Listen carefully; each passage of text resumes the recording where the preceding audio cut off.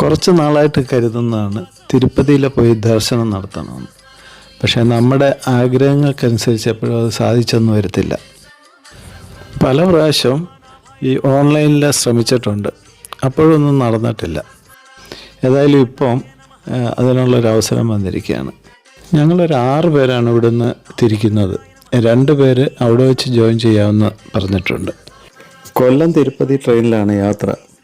അത് രാവിലെ 11:30 ആയപ്പോൾ കായംകുളത്ത് വരികയും അടുത്ത ദിവസം ഒരു 3:30-4 മണിയൊക്കെ ആയപ്പോൾ തിരുപ്പതി സ്റ്റേഷനിലെത്തുകയും ചെയ്തു.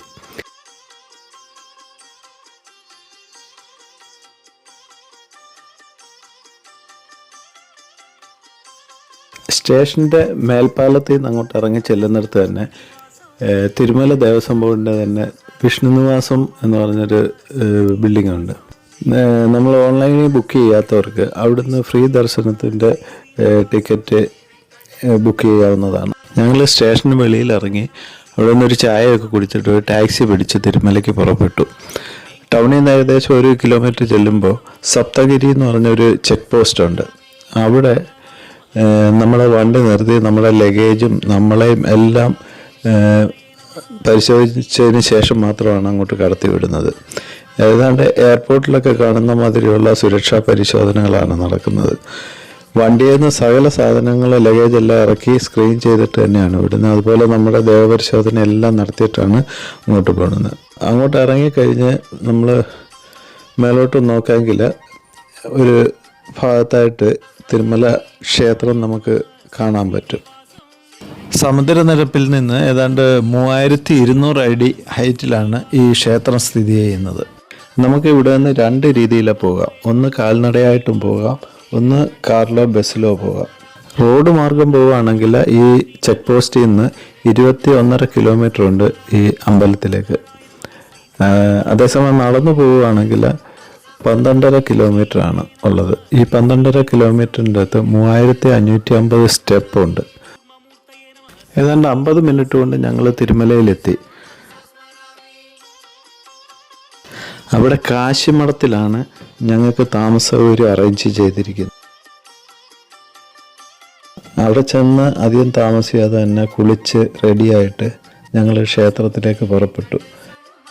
അവിടെ ഇതേമാതിരിയുള്ള ബസ്സുണ്ട്.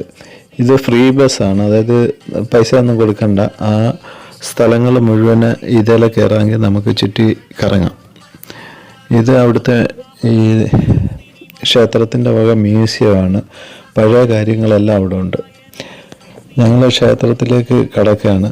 അവിടെ ഞാനൊരു 10-20 വർഷത്തിന് മുമ്പേ വന്ന് അന്ന് കണ്ട കാഴ്ചയല്ല ഇപ്പോഴ്, ഒരുപാട് മാറിയിരിക്കുന്നു. അതിരാവിലെ സൂര്യൻ്റെ പ്രഭയേറ്റ ആ ക്ഷേത്ര പരിസരം കണ്ടോ, എന്ത് ഭംഗിയായിട്ടിരിക്കുന്നു. അതിരാവിലെ ആയതുകൊണ്ട് തിരക്ക് സ്വല്പ കുറവുണ്ട് എന്ന് കരുതി ഇവിടെ തിരക്കില്ലാത്ത ഒരു സമയം ഉണ്ടാവില്ല. എല്ലാ ദിവസവും എല്ലാ സമയത്തും തിരക്ക് തന്നെയാണ്. ഇവിടെ ഒരു ദിവസം ശരാശരി 1,00,000-നടുത്ത് ഭക്തരാണ് ഈ അമ്പലത്തിലെ ദർശനത്തിനായി എത്തുന്നത്. അപ്പോൾ ഊഹിക്കാമല്ലോ ഇവിടുത്തെ തിരക്ക് കാര്യങ്ങളുമൊക്കെ. അമ്പലത്തിൽ ഞങ്ങളുടെ ഒരു നാട്ടുകാരൻ കായംകുളത്തുകാരന് രാജേഷ് ജോലി ചെയ്യുന്നുണ്ട്. അദ്ദേഹം ഞങ്ങൾക്ക് അമ്പലത്തിൽ നിന്ന് കുറച്ച് പായസവും പ്രസാദവും ഒക്കെ കൊണ്ടുതന്ന് ഞങ്ങളുടെ കൂടെ നിന്ന് ഒരു സെൽഫിയൊക്കെ എടുത്തിട്ട് ആണ് തിരിച്ചു പോയത്. ഇന്നിനി ഞങ്ങൾക്ക് ഇവിടെ പ്രത്യേകിച്ച് കാര്യങ്ങളൊന്നുമില്ല. കാരണം ഞങ്ങളുടെ ദർശനം ടൈം നാളെ വൈകിട്ട് 5 മണിക്കാണ്. അപ്പം ഞങ്ങളൊരു ടാക്സി പിടിച്ചിട്ട് നേരെ താഴോട്ട് പോയി. ഭക്തർ ഈ മലയിൽ ഭഗവാന്റെ മുഖമാണ് ദർശിക്കുന്നത്. കറക്റ്റ് ആ പുരുകം, മൂക്ക്, ചുണ്ട്, താടിയെല്ലാം അതുപോലെ തന്നെ നമുക്ക് സൂക്ഷിച്ച് നോക്കാമെങ്കിൽ കാണാവുന്നതാണ്. താഴെ തിരുപ്പതിയിൽ ഒരുപാട് ക്ഷേത്രങ്ങളുണ്ട്. ആദ്യം ഞങ്ങൾ ഹനുമാൻ ക്ഷേത്രം, പിന്നെ പത്മാവതി ടെമ്പിൾ, ഗോവിന്ദരാജ ടെമ്പിൾ, അങ്ങനെ കുറേ ക്ഷേത്രങ്ങളിലെ ദർശനം നടത്തി. ഇവിടെ ഒരു ക്ഷേത്രത്തിലും ഫോണോ ക്യാമറയോ ഒന്നും അനുവദിക്കുന്നതല്ല. അതുകൊണ്ട് നമുക്ക് ക്ഷേത്രത്തിനകത്തുള്ള യാതൊരുവിധ കാര്യങ്ങളും ഷൂട്ട് ചെയ്യാൻ പറ്റത്തില്ല. ഞങ്ങൾ ഉച്ചയോടുകൂടി തിരിച്ച് തിരുമലയിലെത്തുകയും ഉച്ചയ്ക്ക് അന്നദാന മണ്ഡപത്തിൽ പോയിട്ട് ഉച്ചഭക്ഷണം കഴിക്കുകയും ചെയ്തു. പിന്നീട് റൂമിൽ പോയി കുറച്ച് റെസ്റ്റ് എടുത്തിട്ട് വൈകിട്ട് ഞങ്ങൾ തിരിച്ച് വീണ്ടും ദേവസ്ഥാനത്തെത്തി. പതിവ് ദേവനെ എഴുന്നള്ളത്താണ് ഈ കാണുന്നത്. ഇതെല്ലാ ദിവസവും ഇവിടെ നടക്കുന്ന ചടങ്ങാണ്.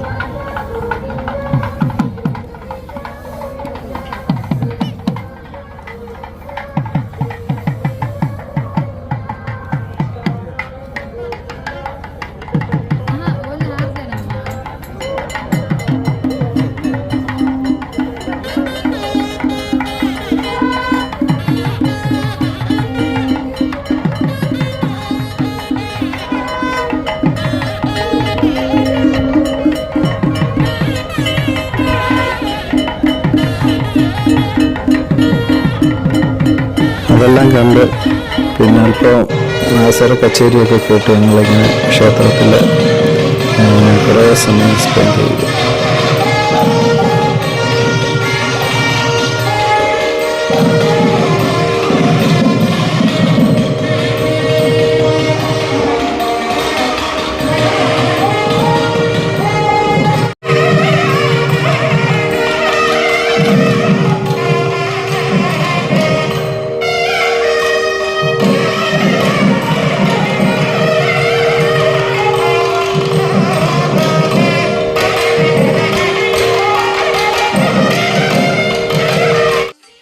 ഞങ്ങൾക്ക് 5 മണിക്കായിരുന്നു ടൈം അനുവദിച്ചിരുന്നെങ്കിൽ ഞങ്ങളൊരു 4 മണി ആയപ്പോഴേ പോയി ലൈൻ നിൽക്കുകയും സുഖദർശനം കിട്ടുകയും ചെയ്തു. അവിടുന്ന് ഇറങ്ങി ഇവിടുത്തെ പ്രധാന പ്രസാദമായ കുറച്ച് ലഡുവും വാങ്ങി. ഇനിയും വരണമെന്നുള്ള ആഗ്രഹം ബാക്കി വെച്ച് ഞങ്ങൾ മടക്കയാത്ര ആരംഭിച്ചു. വീഡിയോ ഇഷ്ടമായെങ്കിൽ നിങ്ങളുടെ കമൻറ്റുകൾ ഇവിടെ രേഖപ്പെടുത്തുക.